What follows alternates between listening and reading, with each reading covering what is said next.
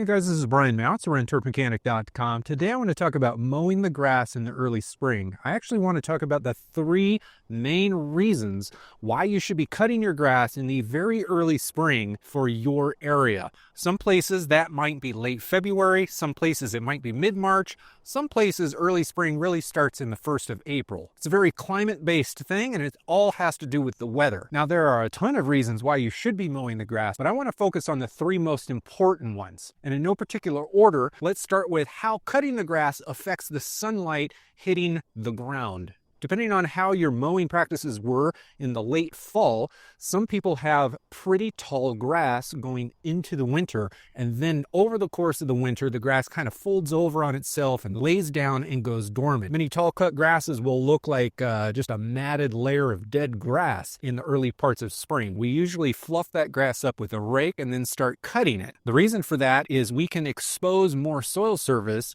and then on a day that's not exactly like today, when we get sun, the sun can come down and actually get to the soil easier. If there's a whole bunch of dormant grass that is tall sitting on top of the soil, the sun isn't going to warm the soil up nearly as fast. So we're going to have a delayed green up and growth in the spring season. It's extremely important to get all of that dormant laid over grass cut and removed so that your soil can warm up enough for your grass to actually start growing and for the microbial life in the soil to emerge from winter dormancy. Now, the second main reason that we want to start cutting our grass a little bit earlier in the season than some people might instinctively think is because when we cut the grass, it's basically the same action as pruning a tree, a flower, or a bush. When we cut the leaf tissue off of the grass, it actually stimulates hormones within the grass. That sounds silly to actual human beings that don't really study this stuff very often,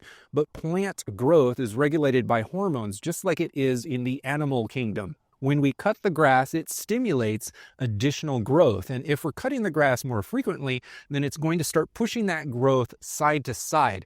Grass plants are going to thicken up, spreading grasses are going to start spreading. The growth hormones that are released by the grass plant are going to cause your grass to become more vigorous, fill in gaps that might have formed over the winter season, and it will green up and actually have the look that most people want out of their lawns. If we don't cut the grass and we wait too long, eventually all of this stuff will happen on its own, but again, it will happen much later in the season. It could be a few weeks delayed. Now, the third main reason that we start cutting our grass in the early part of the spring is really just for the aesthetic value here. Now, as I talk here, there's actually a fourth reason to do this, so I'll call it a bonus reason, so stick with me here.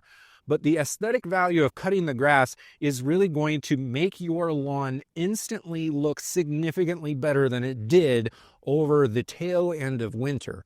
Now, as we come out of fall into winter, usually you've got green grass that slowly browns out, slowly becomes a more dingy green as it goes into a state of winter dormancy. If you have a warm season lawn, it might go completely brown, like 100% brown. Longer cut lawns are going to look a little bit shaggy, a little bit more lumpy and bumpy. They're not going to look manicured at all. Some lawns in the transition zone are going to have this constant dingy look to them because although you can get some warmer temperatures in the winter months, you can also get freezing temperatures and snow, which can easily damage the leaf tips of your grass. This presents itself as kind of this dingy, almost brown kind of color. It's not exactly bad looking, but it doesn't look great. And when we come in at the end of winter or the very, very beginning of spring, before our grass is growing vigorously, and we go and cut it, we're basically cutting off the damaged leaf tips of our grass, exposing the healthy grass below. Now, if you use your bagger setting on the mower and remove that materials directly from your lawn, you're going to be left with grass that is actually green and starting to grow. It's not going to be vibrant green quite yet, and it's not going to be growing vigorously, but it is going to look notably different and better to the eye to just about anyone that takes a passing glance at it. We're going to get sun hitting the soil, warming it up. We're going to stimulate hormonal growth patterns in the grass, and we're going to make the lawn look better. Now, I'm going to give you a quick little fourth bonus tip here. This is kind of ninja, and this is more for people who really want to truly get deep into lawn care. When we start cutting the grass in the very early spring, we can very easily start training our grass blades to whatever height we want. So let's say, for instance, we used to cut the grass tall last year and we want to cut it shorter this year.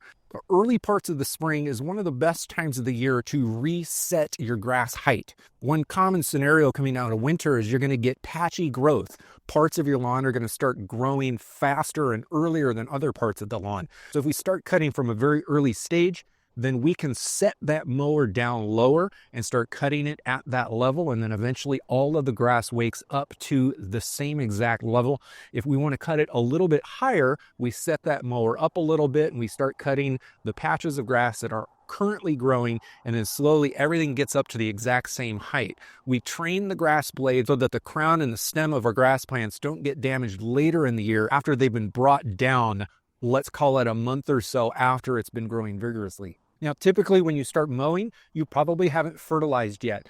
Fertilizing the lawn in the very early season is a completely different topic, and I do have a video on it. So linked right up here is my early season fertility program. Make sure to watch that video next. And as always, relevant links are in the description below.